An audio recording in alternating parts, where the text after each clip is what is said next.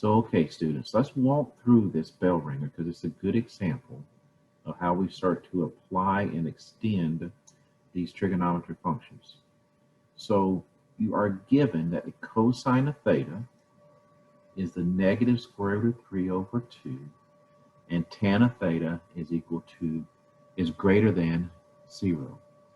So let's just kind of get an idea of what we're looking at. Beside it, I'm just going to draw a quick circle here because that's what I want you to get used to referencing things, is use that circle to help you as much as possible. Go ahead and put your y-axis. Go ahead and put your x-axis if it helps you.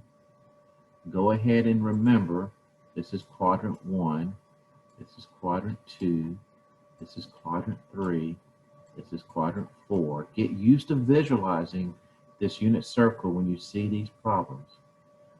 And remember that this point here, I want to say, is 0 on the x, 1 on the y, 1 on the x, 0 on the y, 0, negative 1, and this one here is negative 1, 0. Now, I want you to notice two things that are very, very important when you look at this problem. First of all, cosine of theta is negative. Cosine of theta is negative, and I want you to keep the relationship. I really can't stress it enough. I want you to keep the relationship that the x value is equal to cosine and that the y value is equal to the sine. I want you just to keep that in your mind because it will help you long term as you work through here.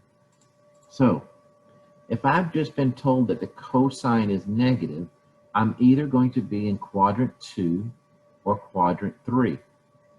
I'm either going to be in quadrant 2 or quadrant 3 because in quadrant 1 and quadrant 4, my x values are positive.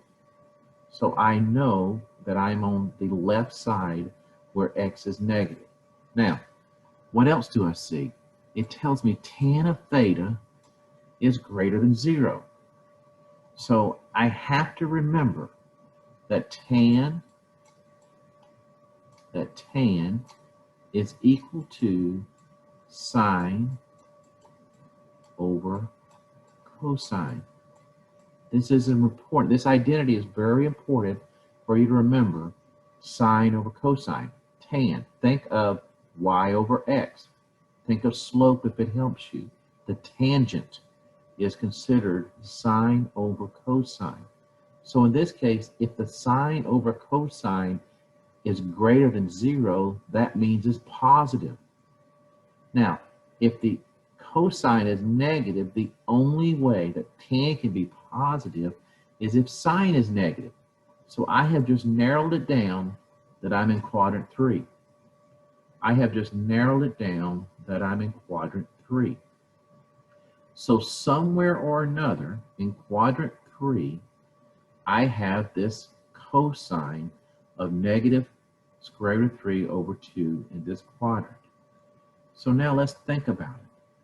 I'm just going to draw a line here somewhere in this quadrant.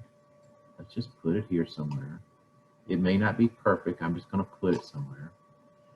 And I'm going to draw another line because I want you to get used to seeing the x, the y value, and seeing the x value. This is your x, and this is your y. This is a 90 degree. So I know by Pythagorean's theorem that x squared plus y squared is equal to 1 squared. Because remember, this is the unit circle. It has a radius of 1. It has a radius of 1. Now, given or provided that I've just told you x is cosine, y is sine, I want you to extend this to our first identity that you need to understand. That in fact, this is cosine squared plus y sorry, let me erase that, plus sine squared is equal to 1. This is the Pythagorean identity. This tells us the first. You'll learn a lot of them, and it will get challenging sometimes, but you need to start there and understand what I just did. All I did is I applied Pythagorean's theorem to trig functions. I extended what I see in the special right triangle to get an answer. But in this case, you really don't even have to do the math if you don't want to, because if I know that the cosine is negative square root of 3 over 2, I know without even doing the math, and we'll go over the math a little later, but I know that if this right here is negative square root of 3 over 2, I know this is the short side, so this is 1/2. Just by looking at it, sorry, negative 1/2. Just by looking at it and looking at your unit circle, that's the point right here on your unit circle. That is that point. So that is the sine of negative 1/2. And then if I do sine over cosine, what I end up getting is 1 over the square root of 3, which would be the tan, would be the square root of 3 over 3 would be the final answer. But if you multiply these, you can also get it. But this is the obvious, looking at the unit circle, that you may not even have to do the math. But let's just double check and see if the math works. Let's see if the math works. So cosine, I told you, was negative square root of 3 over 2, all squared, plus sine squared is equal to 1. Well, that squared is 3 over 4. Square root of 3 times square root of 3 is 3. 2 times 2 is 4. Plus sine squared equals 1. I subtract, and what I end up getting is sine squared is equal to 1/4. Take the square root of both sides. Sine is equal to plus or minus 1/2. Well, I just determined that it has to be the minus value. So sine of theta is equal to negative 1/2. Now, in order to get the tan, I put sine over cosine. So tan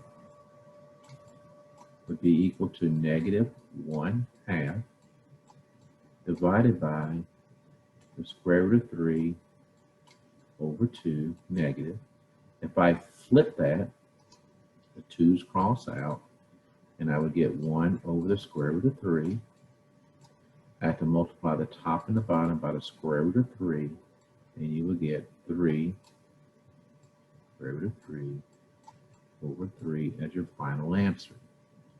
So that's what we're trying to focus upon, is to try to learn these identities and learn how to best use them. Now what I'm going to do is I'm going to now pass on and see if we have any questions.